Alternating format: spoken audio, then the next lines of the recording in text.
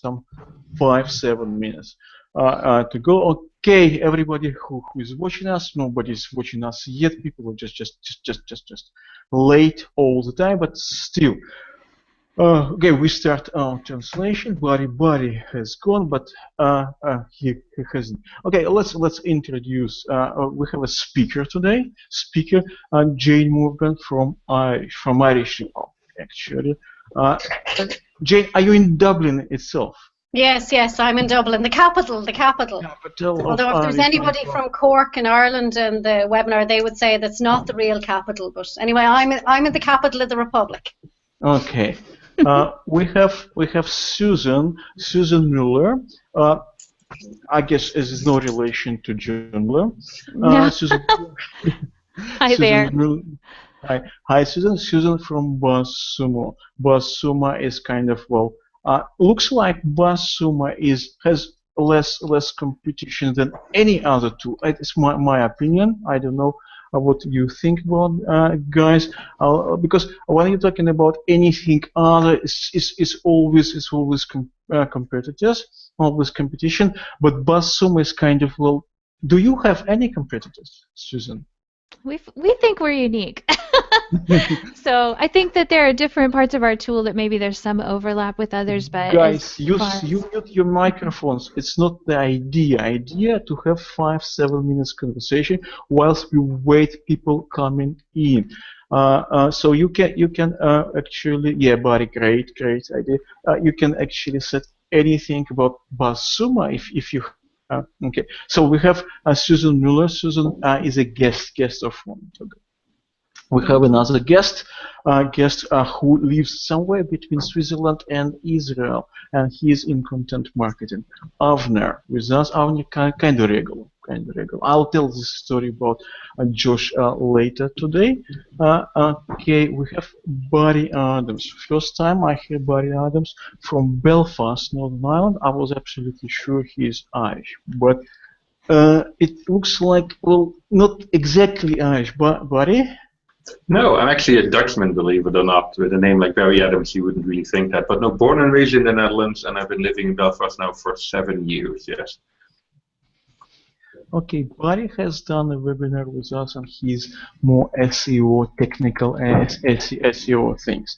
Okay, so after all this introduction, okay, we still, as a plan is, everybody who just joined us, we haven't started it yet. We have Jane Morgan from Dublin, Irish Republic, and she will be talking about content marketing. Okay, we want to get everybody who is late. The technology works a funny way. People who get late and see, okay, it's already slides already started. See, they think, okay, I'll start it from the very beginning, so I know it will be available in 1 hour or so. They delay it, and some of them, they will never come back. We know that. We're not gonna give them this opportunity.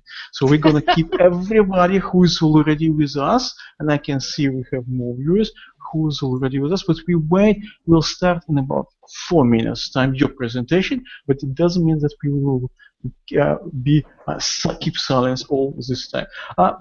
Okay. I was telling all the story what happened because I've done like 68 webinars or something.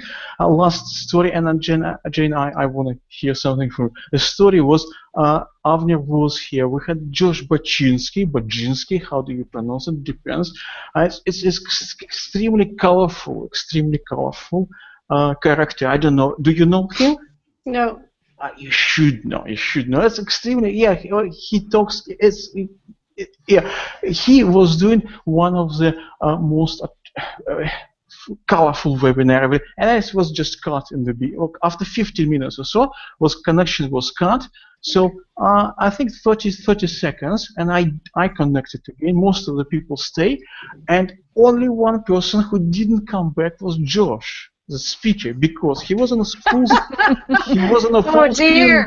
full screen mode, and he didn't know he was cut off. And in order to get back, you had to reboot the system. So he was just telling, he was just keep going, and he didn't know he's talking to basically to his screen. That's it. So he's done it 1 hour, And I tried to reach him, but I wasn't able to because he has a full screen mode. He couldn't see emails or anything coming. So he was talking and talking and talking, and we were waiting and waiting. Well, I had to cancel the webinar because without a speaker it's a bit tricky.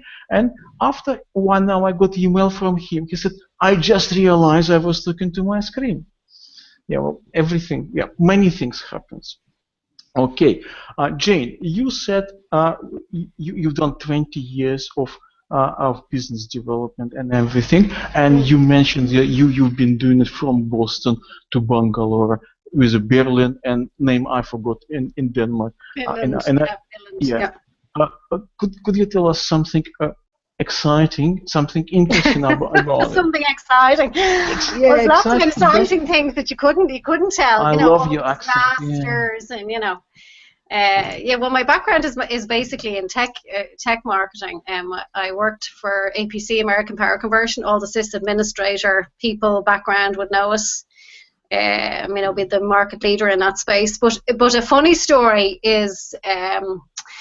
We used to have a sales meeting every year.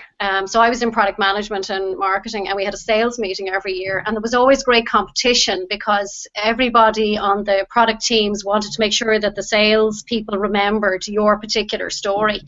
And you had, 600 or 700 people running around from room training, next room training, next room training. And we were always trying to find ways to make it engaging. So one year we put on a play. And we had 3 parts to the play, and one part was somebody dressed up as James Bond. So that was like the slick operations part of the product. It was a software product, and then we had one person was Einstein, so he had like the wig and the lab coat and all this kind of thing. And that was the really brainy piece. It was very high tech, scientific, and they did a bit of jumping around the place. So anyway, I was a Vulcan. So I dressed up as Star Trek because ours was very logical. It was all about process and next steps. So it was very logical. So we gave these presentations. So I have a picture of me on my website. Will I show it to you here? I'll see if I can show it to you now. You want to see it now? Come on. Oh, yeah. Can you see that there? No, I think you might have to share. Hold on. We'll try it again. Right here. Can you see it? Hey. That's awesome. I have a much bigger, so as you can see, I'm not naturally a brunette, but we got the suit, and you could get these stick-on ears and everything. Love it. And you can see my mic, we were wired up to speak, But there was one girl, so it went really well. Everybody remembered it. We knocked it out of the water that year. Brilliant. But there was one girl in sales, and she was really kind of energetic, sort of outgoing person. And she sat in the back row, and she just laughed so much, like she fell off the chair. It was hilarious, and she was nearly she was laughing at me, and she really nearly put you off, So I suppose the Maya Angelou thing, people don't remember what you said, but people remember how you made them feel. Yeah, it's totally true. Totally true, So every time I see her, we just laugh. There's no conversation, we just laugh. So that's a weird thing to do. Does that count? Yeah, I think so. So it's on my website. If I'd known, I would have put a bigger picture of it in the thing. My children are mortified. They just go, "Oh, Mommy." Okay, guys, I think we waited enough. It's no point to wait more, our usual thing. So unless somebody want to say something before we start. 1, 2, no way. Okay, Jane, it's all yours. You're gonna go with your presentation. Very good. So, how to uncover the content your prospects seek using Google Analytics. So these are the 3 promises we made here. Give your site visitors what they came for, identify what's missing, and establish a process. So we'll see if we can do that. I won't talk about my background there. Anton mentioned Billund, which is in Denmark. It's near the home of Lego, actually, in Denmark. So it's an interesting place to go. But before I jump into the Google Analytics for content generation, I wanted to pay homage to other ideas for content generation. So I'm just going to look at those really quickly. So the first one is your internal brains. You know, you have salespeople and support people who are talking to customers every day, and using your internal brains provides lots of opportunities for content generation. Google AdWords Keyword Planner tool. There's millions of webinars and promotions around how to use Keyword Planners tool. So if you're only going to use one, Google AdWords is a good one. We have Susan to say from BuzzSumo. I'm a big BuzzSumo fan. It's intended here as a representation of online software tools for marketers that help them understand, you know, content that's shared, content that others are linking to. So I suppose it's taking the outward view on what others are doing, including your competitors. And then there's some tools specific to competitors like SEMrush. I know they've been on here before as well. This one, I think, is one of the pieces of information available to marketers and researchers that's very underused. You know, there's lots of open government data. I've used the Irish ones here, but I'm sure the Ukraine has this too. Does it, Anton? Maybe you can't hear. I can hear, but I have no idea. Yeah, I'm sure they do. There's a central statistics office in nearly every country in the world. I've had reason to use them in India and Sri Lanka and Bangalore. You know, so they're very useful sets of data. And then of course there's Google Trends, you know, web search based tools. So open third-party data, lots of varieties there. Now this is kind of a scary one. You know, talking to your unhappy customers. They're usually not the most pleasant of conversations, but certainly some of the most insightful. You know, so I say to people, you know, you're a big girl now. Get your notebook so you can frown down at the page when you're worried, and you know, go and talk to those customers that are, you know, happy and unhappy. They're great opportunities for learning what kind of information your customers need. But the focus of today is to talk about your particular website. Of course, it's on mobile as well. You know, it's your digital marketing central, your home, your mansion, your safe place. You can control what's going on there. And we're going to use Google Analytics to look at where you can get some ideas for content marketing from your website today. And the interesting thing about Google Analytics is what is this guy doing? He's looking backwards over his shoulder. So he's looking into the past. So we don't want to do that. Often Google Analytics is only used for reporting or other tools too. So what we want to do is we want to use Google Analytics for looking forward, for forward-looking analysis. So the core of this is it's about your website, it's about what your customer info needs are, and then we want to see what we can do to identify the gap between those two things. So we have 8 different tactics that we're going to look at. So sometimes when you're doing this, it's kind of hard to know where to start. And a nice place is to start with the winners. So we're going to start with love and loyalty here, just to get us started. So the first one here is puppy love. So puppy love and Google Analytics. So these are unique page views by page value, where the page value is greater than 1. So for each of these steps, I've laid it out. Hopefully it's easy to follow as to where to find this information in your own Google Analytics. So these are pages to love. So in the behavior section of Google Analytics, the navigation bar over on the left, we're in the all pages section here. And you can see that there's the name of the page, page views, there's all the way over here to page value. Now, I love this metric. So this metric, what it does is it tells you how each page has contributed to goals on your website. So you can see that the value of some of these goals is, you know, 81 cents and, you know, €73. And the reason for that is the goal for this particular website is set at €1. So if you don't know what the value of your goal in Google Analytics is, just put in €1 or €1 or $1 or £1, whatever it is. And over time, then you get a sense of how each page is contributing to goals. And that's what this page value number represents. So it's a very, very valuable piece to have in your Google Analytics.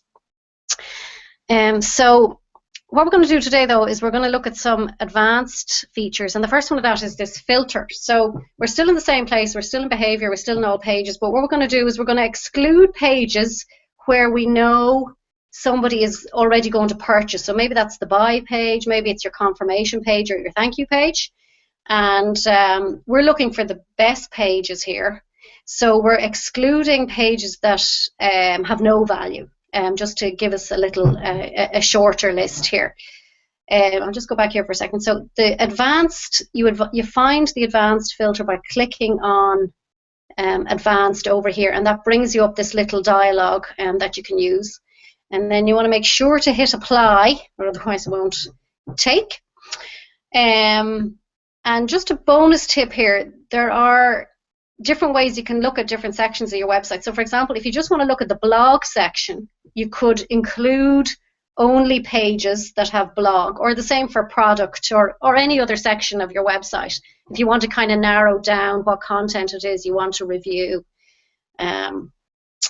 So if we do that, so we've got the filter in place, and then we're going to use this view over here, which is called the comparison view. You'll see it a little bit more clearly in a second. So it's this little tiny button in Google Analytics all the way over there on the right. So we've got our filter on, we're using our advanced view, and then we're going to look at unique pages. So this is so we're not double counting as far as unique pages can go. And then we want to look at page value to tell us that numeric value of the page. So here's an example. This one is for a B2C organization. It's quite a new website, innovative product, and you can see that it filters on unique page views here from top to bottom, and then the page value by percentage. So it's comparing each page to the site average, considering those items that we've left out. So this is the home page. I probably should have filtered out number 1. Here's the home page. So we can see that number 4 and number 8 on this list here are providing more value than other pages here. So we're looking for pages that we love. We can see this is a page about beautiful, and this is another page in the about section, which I took out for anonymity. And both of these are contributing to goal conversions. So this inspires the idea, like what is it about the about section and about the product and about beauty that could inspire other content that customers would use. So there's one example. The flip side of that is that you can look at what the minus pages are, the ones that are not contributing. So you can see this is similar data, also from the same organization, and you can see that there was a gifts page, and it provided no value at all. There was nobody who came to that page and then later on or during that same session purchased. So that wasn't very valuable. And similarly, the Irish Times page also wasn't content that resonated. So we have an idea of what resonates and an idea what doesn't resonate there. And then for a B2B example, this is for a much bigger site. It's much more mature, and but the same filter, the same concept, looking at unique page views and then the page value. Again, here's the home page. I probably should have left that out. So there's a load of different hardware-related pages in this view here, but it's actually the software page and the support page are the ones that are highest on these green bars over here. So although this organization thinks of itself actually as a hardware-based product, it's actually software and support that are answering customers' question. So the question then becomes, what other content related to software or related to support will be helpful to get the customers over the line to convert here. And in this particular case, we did a few different analyses, and this kept coming up that software in particular is an important driver.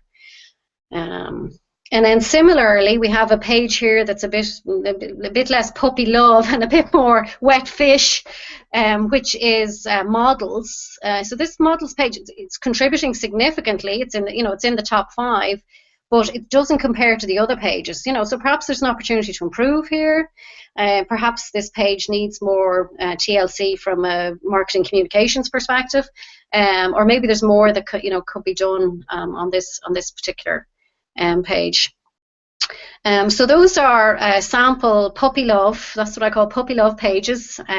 Top performing pages, and using the advanced filter and the comparison view to get a sense of what's happening there. So once you've set up those views, you can save it, which is very nice because you can fiddle around with the view, filtering out pages you don't want, etc. And then you can save the view, and it'll appear under your shortcuts here forevermore.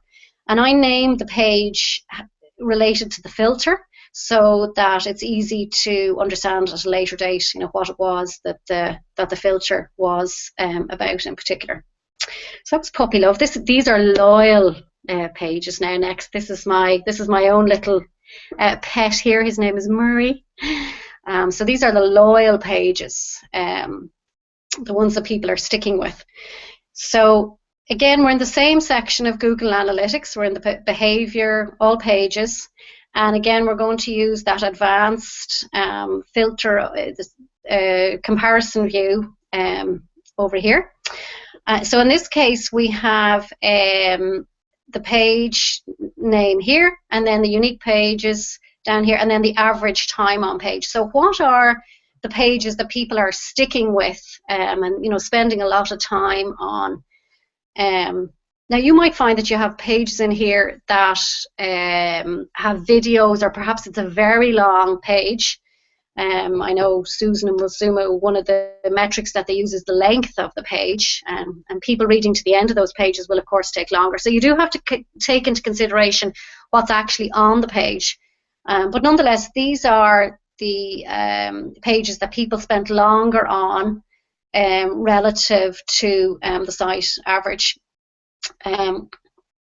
So in this case, the one that jumps out is user instructions.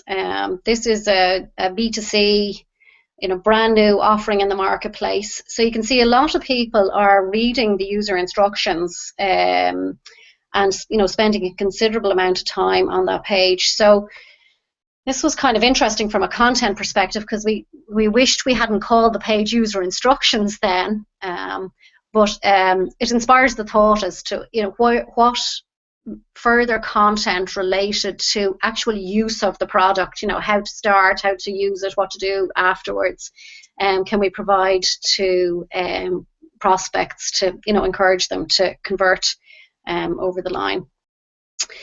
So that was loyal pages, and you'll find like fiddling around with the filters, you'll get different ones. And again, remember to save it so you can come back and easily find it again at a future date, looking at different time periods as the site content changes. So this poor little chap is a little abandoned. He's disappointed with his website visit. So these is related to landing pages, which are new users that have a high bounce rate. Somebody came to the website, this was the first page they started on, and they went away. So room for improvement here. So again, we're in the behavior section of the website. Now we're looking at landing pages. And on this occasion, then we filtered by new users, and we're using that comparison view by bounce rate. So this is a different B2B organization. They have a long sales cycle, very well established, and you can see that the homepage and Go Index, as you'd expect, have lower bounce rates. But everything from this point forward, from a new user's perspective, is these top pages in terms that new users land on are not performing terribly well. So and you can see the name of these pages: case studies, efficiency new, reliability improved, tune up. So you can imagine that they speak to a customer need, So it's not surprising that they're the first page that people are landing on. It's not for paid search or anything like that. But there's certainly an opportunity to see what can we do, to get the bounce rate on those pages down, so that the pages are more sticky, or that the customer is going from here on to other pages on the website to find them. So you could prioritize this. You could say case studies is, the most interesting one. We need to do a better job with case studies. Case studies tend to be a little bit further down in the buying cycle. So maybe these are people who are if they're looking at us for the first time here, or at least since their cookies expired, they're not getting a good first impression for the case studies. So what can we do? So there's a good few ideas there as to content for the site. So these next two sections, I think, are offer the most value. They're unique to your site and really give you very good insight. And so the first one is these wandering around the house puppies. I mean, they're in the house, but they're kind of lost, and they're not sure where they're going. And there's kind of 4 different aspects to this. So this relates to on-site search. So these are people who are in your website, wandering around, looking for content to help answer their questions. And I should say that I have a resource at the end about how to set up on-site search for sites where it's not already set up. So we're in the behavior section of Google Analytics. There is the site search overview. So the first thing to do is establish whether there are a lot of people on your site who are searching. So you can see the pie chart over here tells us what percentage of site visitors are searching. So it's not it's relative to the whole site, it's not a huge amount of people, but it is 954 sessions with search. So it's a good number. And you can also see that people are refining their search. So they do a search and then they do a second search to try and get those search results tighter to what they're looking for. And they're spending quite a bit of time on the site after searching, 2.5 minutes. So these aren't a big volume relative to the rest of the site, but they're certainly valuable. People, hot prospects really, trying to, find an answer to their particular question. So that's the first step, is to establish what the site looks like overall within your site. And then the second aspect of it is to filter it. So you can, I see I have the export button up here. I think I have the slides out of sequence. Let me do it this way. Yeah, so the first thing is the date range. Remember what kind of date range you're setting here, whether it's, whether the site has changed over that time period, whether you have seasonality, that would affect it. And actually that's true of all of these reports, is that you need to be careful what time period you're setting up here. And I'm going to move on from that export because I think I have that slide in the wrong place. So to set up this query, we're going to use a secondary dimension. So by default, it'll have search term here. And then we're going to use this secondary dimension called start page. And that is the page from which visitors started. It's not the first page they come onto on the website. It's not the landing page. It's the page where the search was done. So you'll need to choose secondary dimension and then start page to get this report.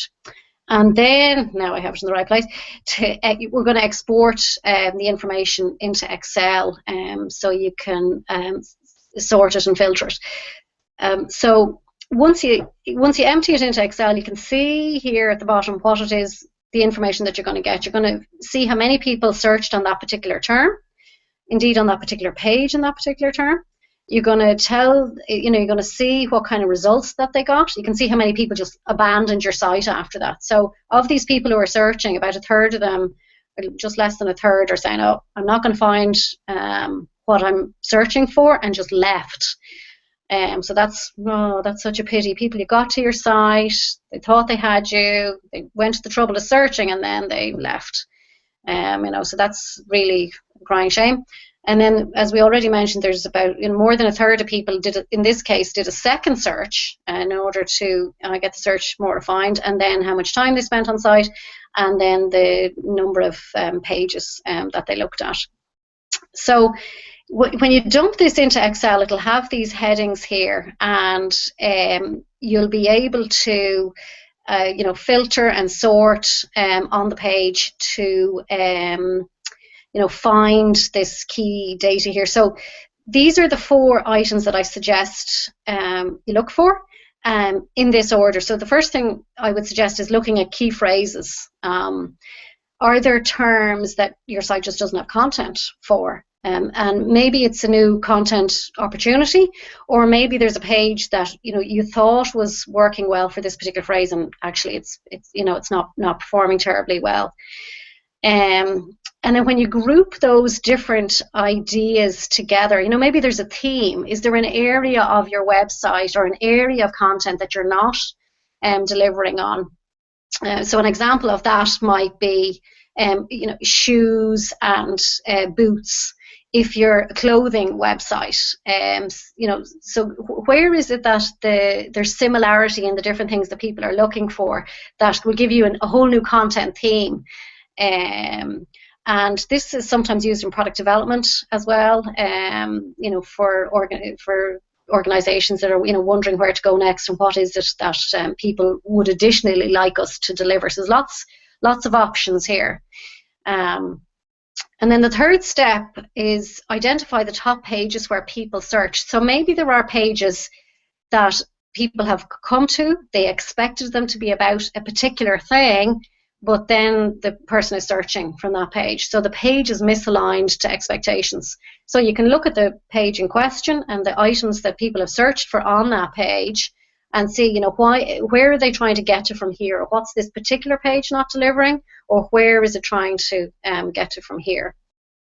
And then finally, for the set of suggestions here, identify searches which results in longer time on site. So these are the people who have come to your site, have searched for something, and they're spending a long time on site. So these are probably very valuable terms. There may be terms that you should consider for paid search or other areas, but higher value, more in the long tail, quite likely, but something to consider.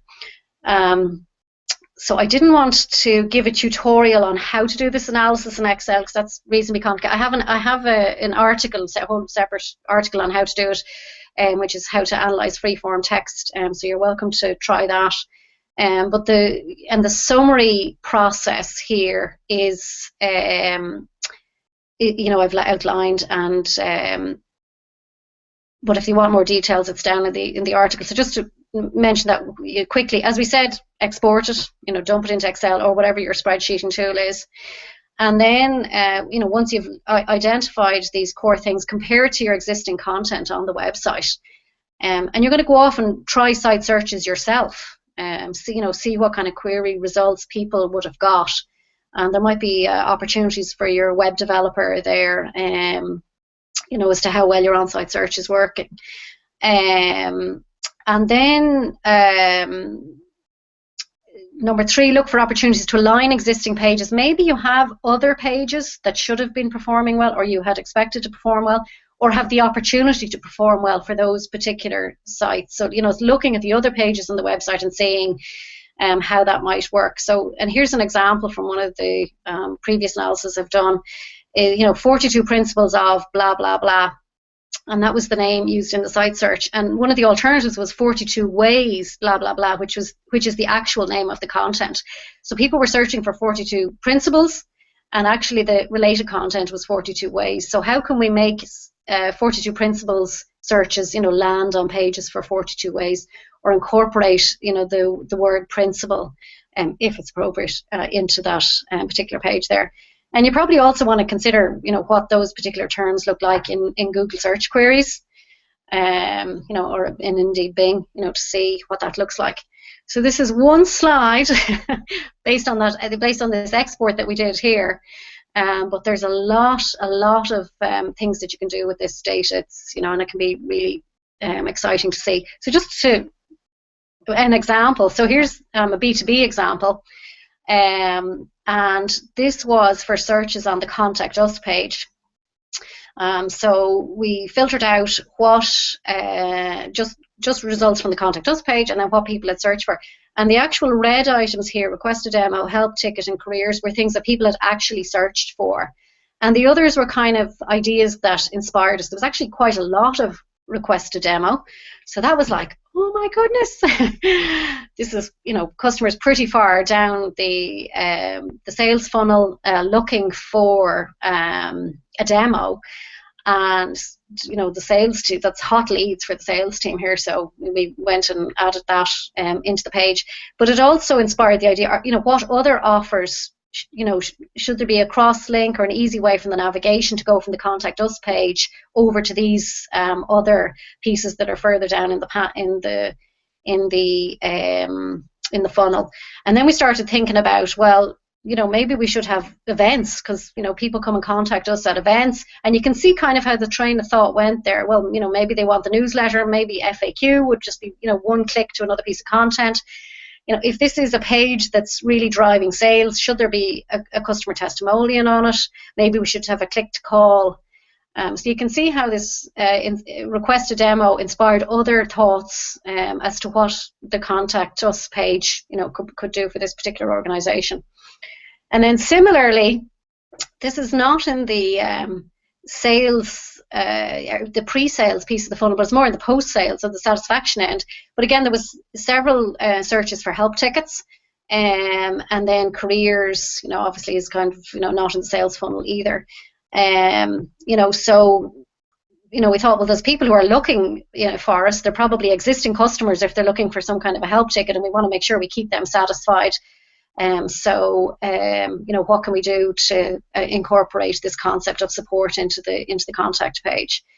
So that's just one example of how this analysis can, you know, grow out what content should be on the website. So that is the wandering puppies, people wandering around your website, and how you can better serve them. And then this is the last section, and this gorgeous little darling is sitting on the back step, not quite inside the house, but wants to come in. So what can we do about these backyard puppies who are sniffing at the door? So here we are going to look at the search engine queries. And people who nearly made it onto the website, and, you know, what can we do to see what content they were looking for. So this is under the acquisition section in Google Analytics. We've moved from behavior to acquisition now, and it's under the search engine optimization queries data, and it's based on Google search for the top 1,000 queries daily. And you can see the graph cuts off here at February, and the reason for that is that it only goes back 90 days. So you definitely want to export this particular data every 90 days. Now there's a lot to talk about not set and what data you can and can't get here.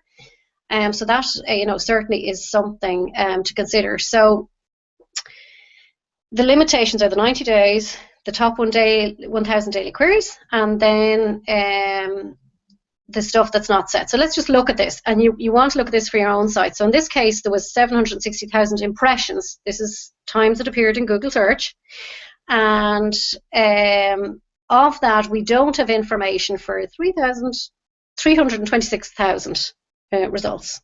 So there's a bunch of them that we don't have, and it actually tells you here 42%. So we don't have results for 42%, which is another way of saying we have it for nearly 60% of the data. So you do want to keep an eye on this as to how representative it is, but clearly in this case, you know, that's a lot of queries and very good data to use. So again, we're going to use that advanced filter. It's in the same place in this little blue advanced thing here. And you want to exclude probably your brand terms, because you expect to be performing well for those. And then we're only going to include results that appeared in position 3 on the page down to 13. So not positions 1 and 2 in the Google search. Of course, you might choose to leave out 3, but I chose to keep in 3, and then exclude anything further than 13. Why is that?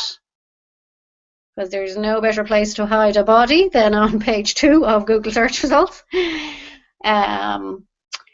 But 13 is really only just over the end of the page, so we've been a little optimistic here and said, we can get those ones that are on page 2 of Google search results, we want to get those up. So we've kept in the top 3 at the top of the next page. And then we want to exclude ones that have a click-through rate of greater than 3. 3% click-through rate is not bad for non-branded terms. So we chose this filter. Now you might tweak that, depending on your performance in search, and you might exclude a whole pile of other brand queries. So again, our advanced filter is on, and then we're going to sort it by impressions via clicks. So these are times we appeared in search results in page 13 or position 13 or higher, and then the amount of clicks that we actually got. And as I mentioned, you definitely want to email this, because after 90 days it is gone. So do choose the opportunity to both save it to your shortcuts and email it to yourself. And again, you can see I've named a backyard puppy search queries greater than position 3 without brand, so that I know what it is for a later date. So for this email, I've got caught on this before, so I felt it was worth sharing. So this is an email to myself that comes to me automatically from Google Analytics, and it tells me what exactly is in it. Here's your brand name, Backyard Puppies report. These poor mites are out there looking for only a fraction clicking through to your homepage over the last 90 days. What content can you improve to bring these almost website visitors home? And then I've said how I configured the filter. I've reminded myself how frequently I'll get the email. So I'm only going to get this email quarterly. And then because they expire in Google Analytics, I've noted here that this email is active for 12 months and I need to renew it in February 2017. So it's totally worth doing this if you're getting anything more, 1 or more, or even, just to remind yourself, it's totally worth writing yourself an email when you click that email button here, and it gives you the opportunity to save it. And of course you can CC colleagues, friends, enemies, whoever you want to send the information to. And in this case, I've chosen to get the info quarterly so that I know when it lands in my inbox, I have it saved there. And again, here's an example for the B2B organization, the impressions and then clicks, and you can see that handheld, portable. This was easy. this was in the top page, so clearly there was an opportunity here to do better for handheld and portable. It's also a nice example from search queries, as the different ways that people search for the terms, and it might be interesting to use some of those terms if you have paid search campaigns. And then again, a B2C example, and this one also actually was top of the page. When I applied those filters, and you can see the benefits comes up very quickly. So certainly there's benefits in working on a page on benefits, and we're working on a page for benefits. So there's 2 examples of backyard puppies. So you want to get those gorgeous girls in off the back step and into your website. So these are all our puppies that we want to be nice and bring into the website server. We want to turn them into the puppy love, or the loyal ones up here at the top of the page, not have them wandering around lost in the website, or indeed practically abandoned. And we want to bring these lovely girls in the back door so that we can keep them on site. Here's the summary. I won't read it. And we've covered a good few advanced Google Analytics options here, using filters, comparison, shortcuts, emails, and how exporting data. So I'll put that in as a summary. So of course this is only the beginning. You actually have to do some work in order to get it to happen. And those are the web links. So I shall stop sharing now, Anton.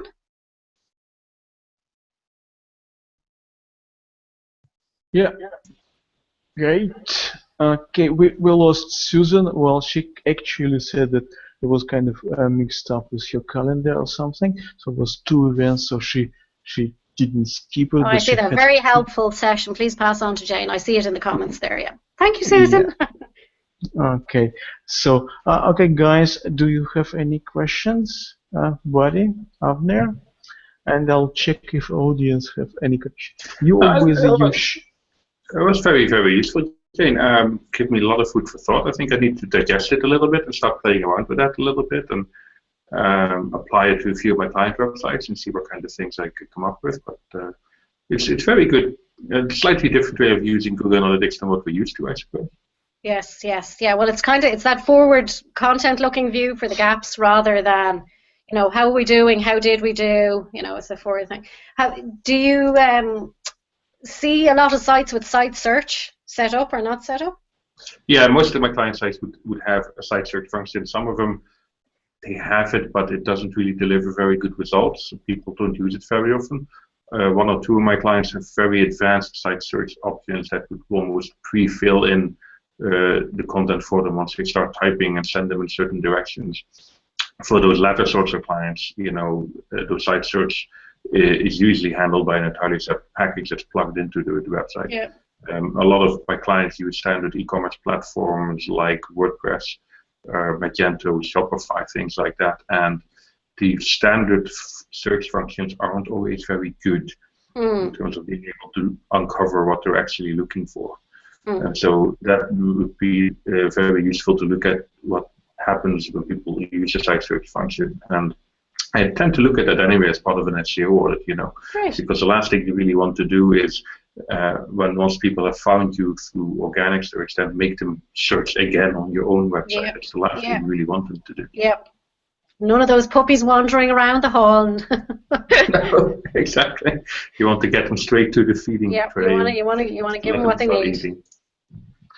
Zara said no question. Yes, food for thought. Sorry, Avner, I interrupt you. Go ahead.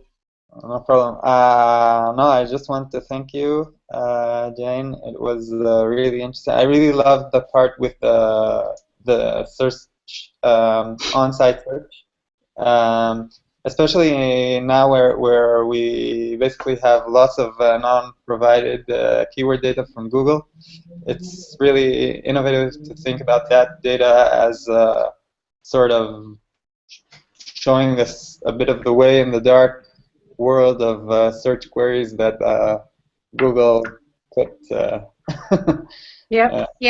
I think it's worth looking at the backyard puppies as well. The ones that they nearly got to the site but they didn't come in. As well. That's great. I mean, the 3 to 13 with the high CTR excluded was also great. Really great tip. I liked. Thanks. Good. I'm glad it was. The 3 to 13 I got from Andy Crestelino of Orbit Media.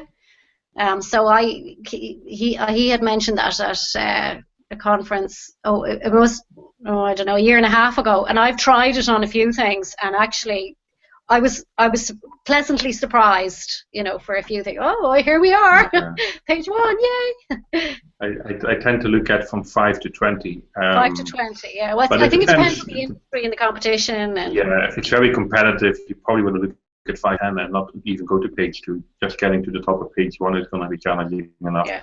If it's a bit more open and fluid, you can cast a bit of a wider net, I suppose. Yeah, very good. Yeah, it looks like we don't really have questions from audience. Yeah, as I said, Zara said no question, food for thought. And kind of funny, Jay said, it's not going to be technical. No, not technical, not at all. Yeah, just puppies, couple of puppies. And practical. Hopefully it's practical. It's I've done that before with the red arrows and laying out the steps. And my experience with that is if you can follow it in the conversation, then you can follow it afterwards in the PowerPoint. People have given me good feedback on that. So hopefully that's other people have that experience, or tell me what would work. So. I think it's actually. Say that again.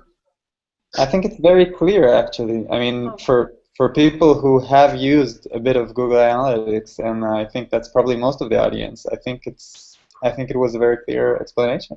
Good. Absolutely.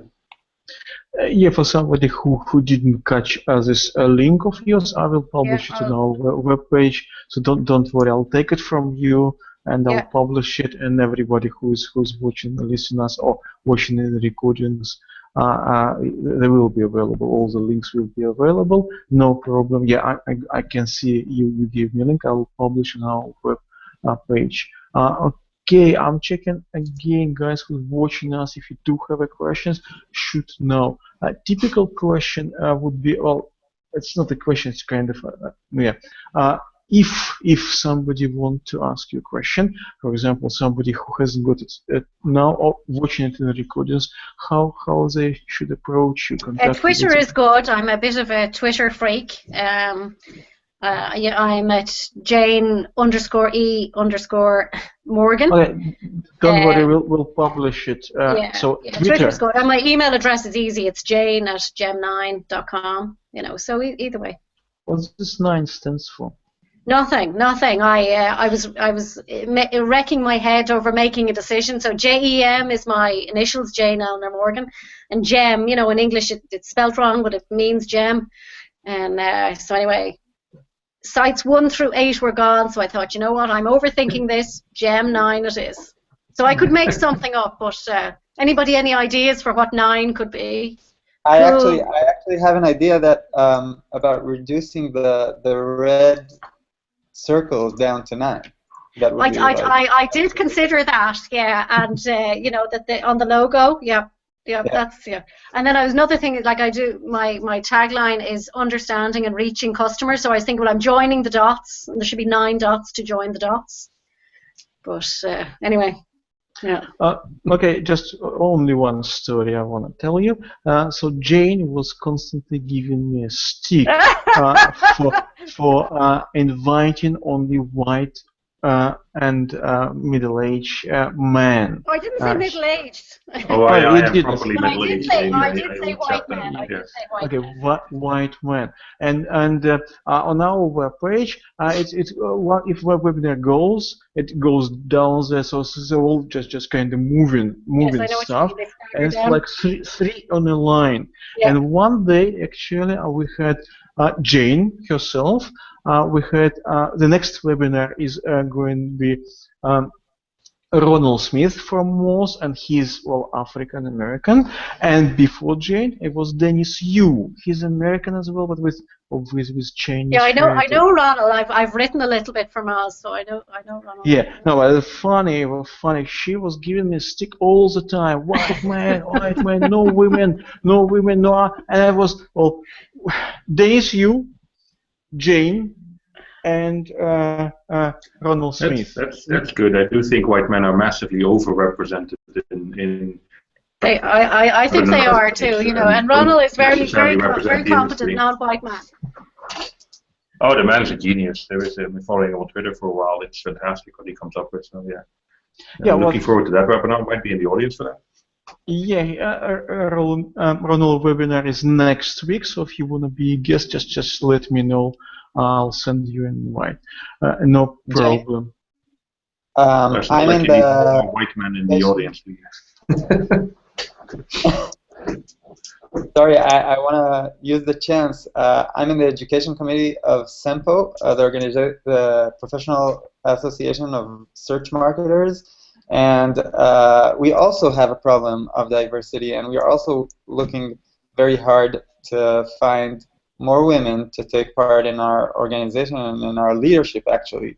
I was really upset about the last elections for the organization that didn't have in their results enough women. So I don't know if you're taking part in some organization. So it inspired quite an interesting conversation. And who was it, Anton, who suggested a load of women? There was somebody who was on that webinar. I forget. It wasn't the SEM Rush guy. It wasn't BuzzSumo. Who was the third guy who was on that thing? Which one?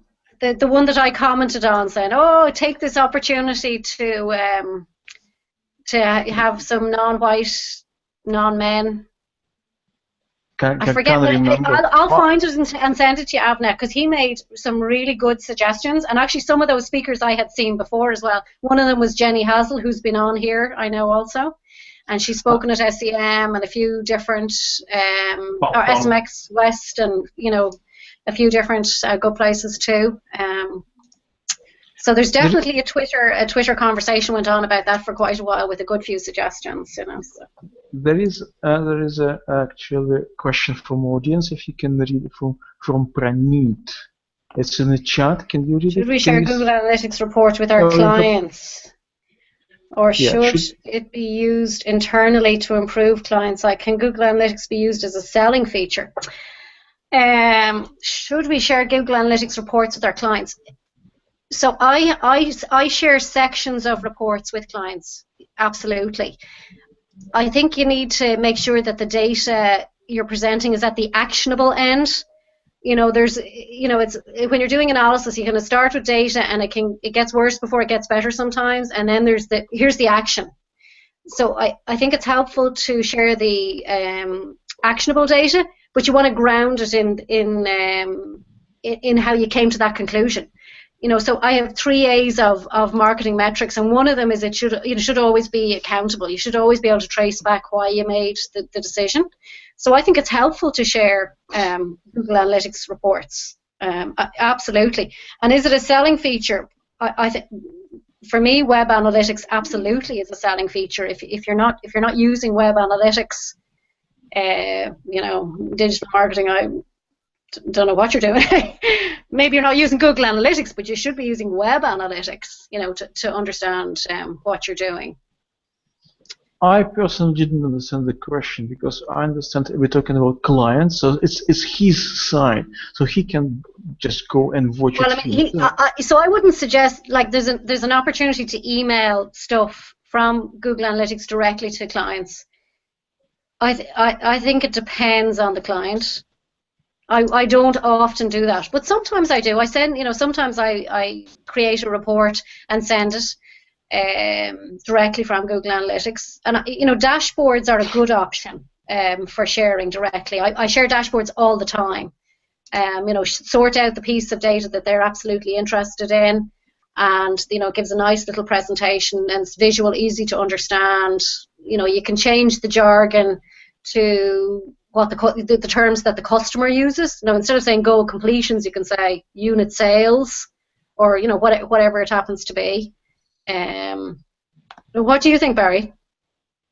Yeah, I think you have to always put Google Analytics reports in the right context before you share them with clients, because the numbers in themselves can paint a picture that can be very easily misinterpreted, which is why I tend not to send direct Google Analytics reports to clients, but take the numbers from Google Analytics and then create my own narrative around that to a certain extent, to make it more accessible and comprehensible to clients what actually happened on their website and why it happened.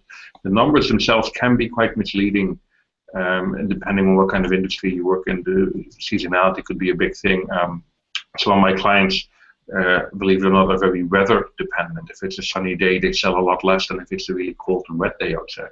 So, you have to put those things in the right context, and also I think use multiple data sources. I'm not a fan of only using Google Analytics. It's very important and probably the absolute cornerstone of your ongoing reporting, but you want to use some additional data sources, be they rank trackers or crawl reports or social media metrics, whatever it ends up being most useful in that particular context.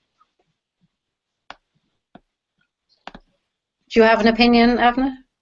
I actually agree with Barry about the multiple sources is absolutely important. I mean, right now with all the mess about attribution, I mean, in these days, it's just you have to have more than only analytics. And yeah, for SEO, of course, ranking results. What I'd like to ask you is, upon these opportunities to build new content, what are the types of content that you really saw like performing very well after finding these opportunities? Would it be buying guides, comparisons? I think the two. I had kind of another slide, which is, one was the contact us page. I think people, sometimes, you find something with one client and then you go and look at it for another client and look at it for another client. The contact us pages of websites, I think, are very often underused. So I would totally go and look at your contact us page and say, is it just like throw the address and the phone number or whatever? So many of them are just kind of, throw the standard things at the page and move on. Total wasted opportunity. Mm-hmm. I mean, that would be my number one thing. Okay, we have a thank you from Premise for answering these questions. And regarding new content items that what has tended to happen is it depends now. So like B2C, brand new organization, we're working on that benefits page that I mentioned. So that's a whole new page, and the objective is to drive traffic to that new page, and to get that page to rank for those benefits terms. So that's literally a new web page. I coupled that analysis with the competitive analysis for the same term, and then the Google AdWords keyword planner for volume on that particular term and related benefits terms. So we want that to be a meaty long page. And if you look at BuzzSumo, a lot of people say you should have short content, but I think I mean it's on my list of things to do is to write an article going, that's nonsense. You look at the content that gets the best links, the best shares, and is most useful for the customer. And often, particularly in B2B space, it's longer form content.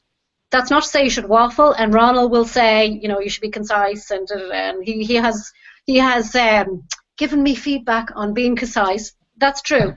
That's good to sharpen it, but at the end of the day, you want a meaty piece of content, So for the benefit, so often it's a new page, often it's fixing an existing page. Those are the two. It has been less about different forms of content and more about, adding a cheat sheet to the page, adding an image of the cheat sheet to the page, that kind of thing. Great tips. Okay, we have thank you for everything. We can continue till I'm free till next Thursday. I have to go and let my puppies in now. My puppies are outside. I need to go and let them in. Okay. Okay, guys. Thank you very much. Okay, Jane, thank you very much. It was very interesting. Oh, thank you very much, Anton. Don't tell anybody. It's not technical. Hopefully it's useful. The guys can follow it totally fine. So hopefully. I'm pretty sure it's very useful. And thank you very much. It was very interesting. Unfortunately, we lose Susan. Thank you, Susan. But I will tell you later. Thank you, buddy. It's always nice to see you here. Thank you, Avner. Okay, I hope I'll see you again, guys. You don't go. I'm gonna switch off, but before I switch, I will go off air. Thank you very much for everyone who was watching us. Depends on whether it was morning or night. I can see we have Indian and American and audience everywhere. Thank you very much, and I hope I'll see you again. Thank you, and you all can do this something like this. But Mom, I'm on a telly. Thank you, guys, and bye.